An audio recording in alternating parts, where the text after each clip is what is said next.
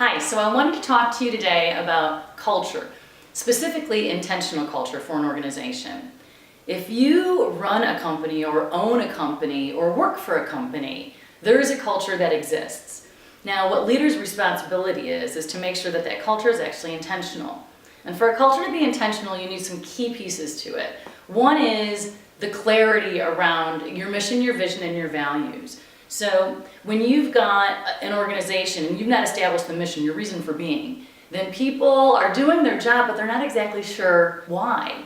There's a great story about an architect that created the blueprints for a cathedral. And he was walking the city block to actually see how it was going in the building of it. And he comes across a mason on the first side of the block. And the mason's laying bricks. And the architect says, "What are you doing?" He says, "I'm laying bricks." Doesn't look up, doesn't say anything. Architect turns the corner and there's another mason. And he's laying bricks and the architect says, "What are you doing?" He's like, "I'm building a wall." Looks at him a little bit and then keeps going. He goes around to the third side of the building and there's a mason who's working really hard laying his bricks. And the architect says, "What are you doing?" Mason looks up, gives him a big grin and says, "I'm helping to build a cathedral." Your mission and your vision is the blueprints, helping people understand, helping that mason understand that he's not just laying bricks, he's building a cathedral. So when you think of intentional culture, those are the things that actually drive it.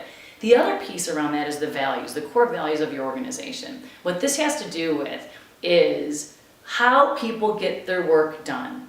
Now, I've talked to quite a few organizations around their mission, vision, and values, and when I ask them, "Do you have them?" oftentimes I hear, "Yeah, we've got those. We did that in a leadership offsite a couple years ago. Let me go look in my files and I can pull that up." If that's your response and that's your answer, you're actually not using those values. They need to be operationalized. There needs to be interview questions that you ask new employees so that you ensure that they actually have those values. They need to be a part of your reward and recognition program, a part of your communications strategy, a part of your performance reviews if you still do those. So when you're looking at culture, that's one key piece, the clarity. The other three are your people, your processes, and execution. So if you've got those four pieces as a part of your culture, it now becomes intentional. There's a great tool out there called Culture Measures, and what this does is it takes the art of a culture and turns it into science.